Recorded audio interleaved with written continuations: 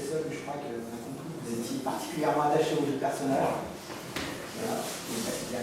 Oui, ce qui était d'ailleurs pas forcément évident au départ, parce qu'au départ on pensait avoir affaire à une série policière comme il y en a tant, comme Mentaliste, Esprit criminel, j'en passe.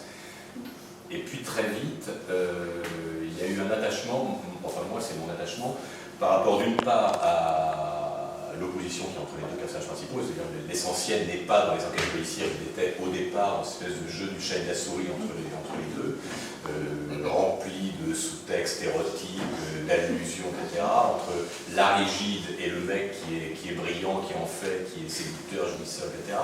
Donc on parlait de contraste, de rupture, tout à l'heure je trouvais ça très vite, on a senti que c'était vachement intéressant.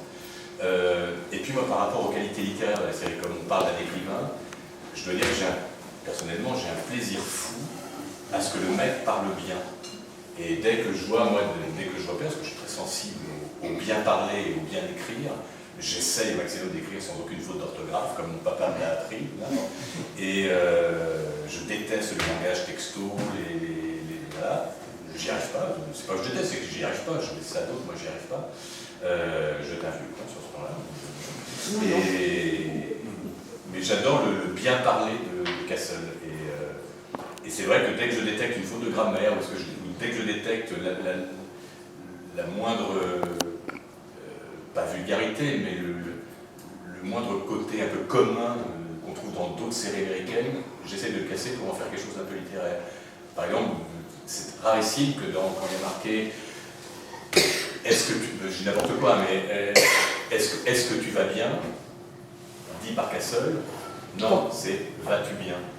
Voilà, je trouve qu'il y a un côté, il y a un côté plaisir de la langue qui fait vraiment la particularité de la série. C'est pour ça que j'en ai beaucoup voulu à TF1 au départ, puisque au départ ça devait être TF1 qui devait diffuser la série. Mais heureusement, mais Dieu merci. Ouais. Et au bout de 3 heures, il s'est passé ce truc que je racontais devant certains tout à l'heure, mais là-bas, c'est qu'au bout de 3-4 épisodes,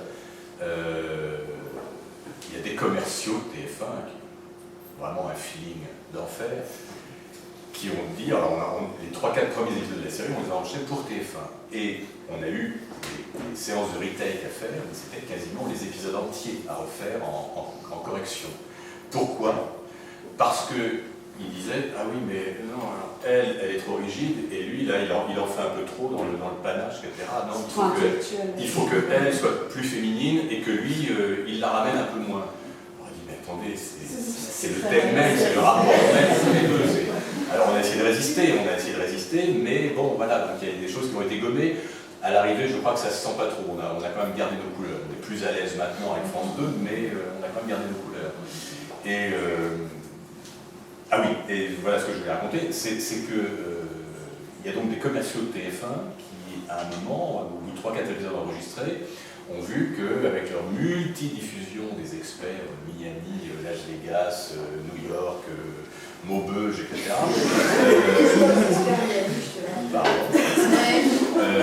Ils avaient de la place dans leur créneau de diffusion, ils avaient de la place que pour 5 séries. Or, ils avaient 6 séries qui étaient en enregistrement. Et les commerciaux de TF1 se sont dit, bon alors on a de la place pour 5 séries, on en a 6, on va supprimer celle qui va le moins bien marcher, qu'est-ce qui ne va pas bien marcher du tout? Allez, Castle.